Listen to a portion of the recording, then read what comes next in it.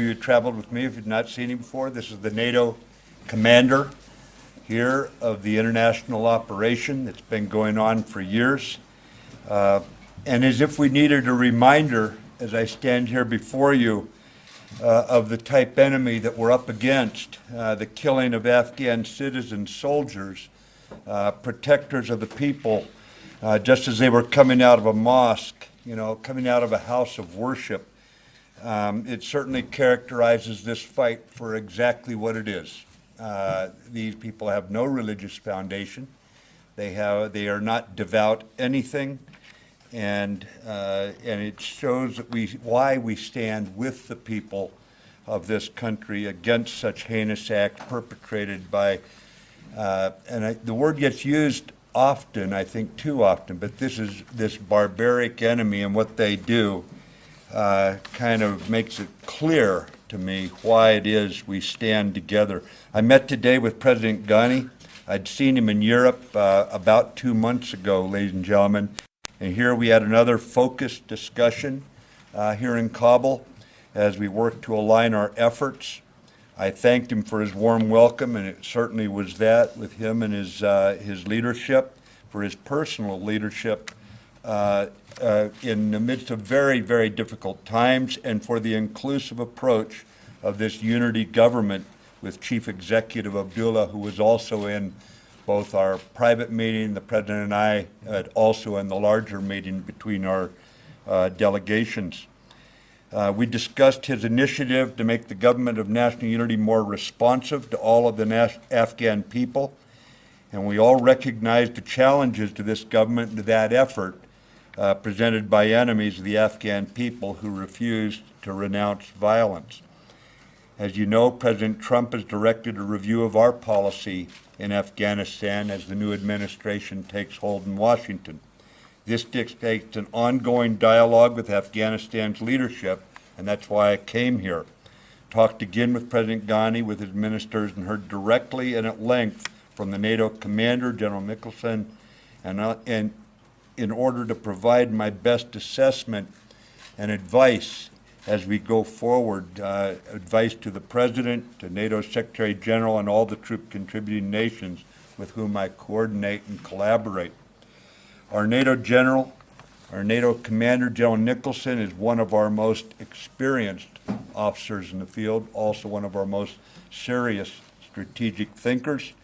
The teamwork that we enjoy here between the Afghan government, our diplomats, and our international military contingents has reached very, very high levels of partnership. In a word, I found it impressive. Within the new American administration, of course, our review in Washington is a dialogue with Secretary Tillerson and the President and his staff in the White House.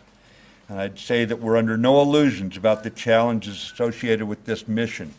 2017 is going to be another tough year for the valiant Afghan security forces and the international troops who have stood and will continue to stand shoulder to shoulder with Afghanistan against terrorism and against those who seek to undermine the legitimate United Nations recognized government of this nation. If the Taliban wish to join the political process and work honestly for a positive future for the Afghan people who have suffered long and hard, they need only to renounce violence and reject terrorism. It's a pretty low standard to join the political process. But those are my impressions of what I was doing here during these hours that I've been here on the ground, and I can take any questions that you might have. Got a couple minutes for questions. Helene, go ahead, please.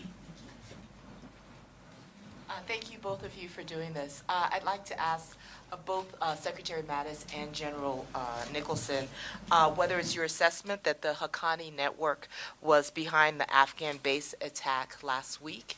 Also, do you think that the Haqqani network may have also played a role in the hospital attack last month, and whether you see any contact underway between ISIS and Haqqani here in Afghanistan? And then separately for General Nicholson, you've explained that you dropped the Moab on Ashen to clear a tunnel of a cave complex of ISIS fighters.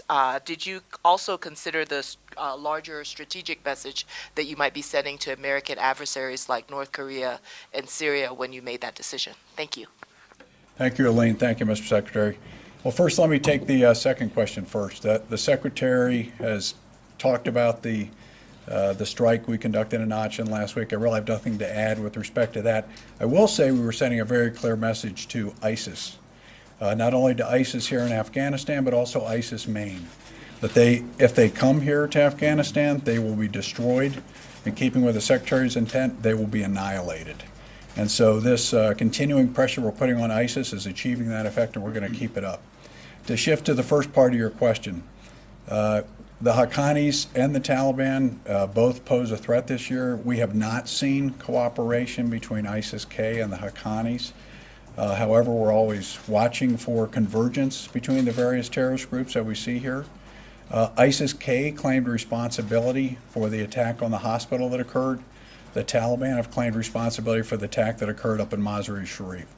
Again, we don't see the connections between those two groups, but in terms of what they did during these attacks, there's very much a connection. As the Secretary talked about in his comments, the level of barbarity and cruelty, shooting patients in their beds, killing young soldiers at the mosque in prayer, they're reaching new lows in terms of their behavior. And this is why the majority of the Afghan people, something like 87%, reject the Taliban and do not want to see a return of this regime. And as the Secretary said, we are open to, and our Afghan partners are open to, having the Taliban rejoin peaceful life here in Afghanistan. Thank you. And the first part of my question, on whether or not is your assessment that the Haqqani network was responsible for the base attack on Friday? We're still developing that, and we'll let you know as we develop more details. The Taliban claimed credit for the attack, Yeah, but as you know, Helene, the Taliban and the Haqqani are linked. So Siraj Haqqani is the deputy of the Taliban. So we tend to look at them as one quite often. So in the level of sophistication and the way this attack conducted, it's quite possible that the Haqqanis were involved. Follow this. Hi, Kevin Baird from Defense One. Just to follow, you said you're achieving the intended effects on ISIS growing here. Can you say then for the record, does that mean that foreign fighters are not coming to Afghanistan? Are the numbers dwindling, or are they growing? What's ISIS' ability to sustain it? In short, is it the threat that many folks back home are starting to think that it was becoming? Well, ISIS is certainly a threat globally. ISIS Khorasan province is one of the principal affiliates of ISIS, and so they're attempting to establish their own form of a caliphate here by seizing and holding terrain. As you're aware, we have we've been attacking that caliphate since early last year, reduced it by about 2/3 in size, reduced their fighters by at least half. We've done this through a series of operations. The latest one started in early March. Continuous pressure on them, and we're going to keep going until they're defeated in 2017. Now, they have an aspiration, I think, to move fighters here from Syria. We haven't seen it happen. And in fact, by reducing their sanctuary here, by annihilating them here, it should be very clear to ISIS Maine there is no space for them to come to in Afghanistan. Thank you, gentlemen, for doing this. Thomas Gibbons from the Washington Post. If you two could just address the influx of Russian weapons into Afghanistan and showing up in Taliban hands in Helmand, Kandahar, and Uruzgan, and what both of you, I guess, General Nicholson on the tactical and strategic level, and Secretary Mattis on the, I guess, diplomatic level, political level of what you're going to do to stop the Russians from sending these weapons in. You know, the Russians seem to be choosing to be strategic competitors in a number of areas. The level of granularity and the level of success they're achieving, I think the jury is out on that. I'll let the general talk about any of the specific weapons and all, but the broader strategic framework that you're driving toward. I would say that we will engage with Russia diplomatically. We'll do so where we can, but we are going to have to confront Russia where what they're doing is contrary to international law or denying the sovereignty of other countries. For example, any weapons being funneled here from a foreign country would be a violation of international law, unless they're coming through the government of Afghanistan for the Afghan forces, and so that would have to be dealt with as a violation of international law. But if you have any information on the weapons, I'm not aware of it. The only thing I would add to that is that we continue to get reports of this assistance, and of course we had the overt legitimacy lent to the Taliban by the Russians. That really occurred starting late last year, beginning through this process they've been undertaking. And of course, as the Secretary stated, we support anyone who wants to help us advance the reconciliation process, but arming belligerents or legitimizing belligerents who perpetuate attacks like we saw 2 days ago in Mazar-e-Sharif is not the best way forward to a peaceful reconciliation. So to be clear, you're not refuting that they're sending weapons to the Taliban? Oh, no, I'm not refuting that. Well, go ahead, please. Mr. Secretary, the General, Hans Nichols with NBC News. The general sitting next to you is standing next to you has said that we're at a stalemate in terms of the U.S. versus the Taliban. He's also requested thousands of more troops. Which one is it? Are you comfortable with the stalemate, or do we need more troops? Frankly, I don't see any tension between those two things, those two factors.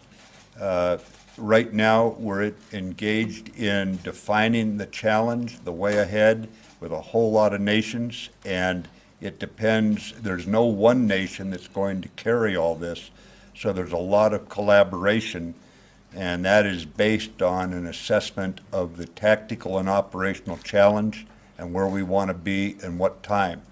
So I'm not going to get into how you would characterize it in one word, but we are going to address that situation and move forward together against the terrorists. And that is exactly why we're meeting now.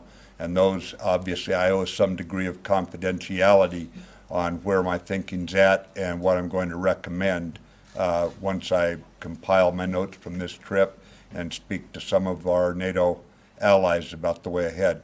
Let me ask this a slightly different way. Is NATO winning this conflict? And if not, is it winnable? The bottom line is that this fight against terrorism is going to go on. You saw what happened in Paris. You see the French troops engaged down in Africa. You find the NATO-led force, it's a lot more than just NATO, here in Afghanistan. You see what's going on against ISIS in Syria. This fight is going to go on. We're in an era of frequent skirmishing. It's going to be far-flung, and that's the nature of this fight. Concise, short definitions in one local area or another do not give sufficient credit to really defining the complexity of the issue. Sure, that's all the time we've got. We've got to get you to your next thing. Thank you guys very much. All right, thank you. Apologize we had to cover a little bit short. Thanks, sir. Thanks.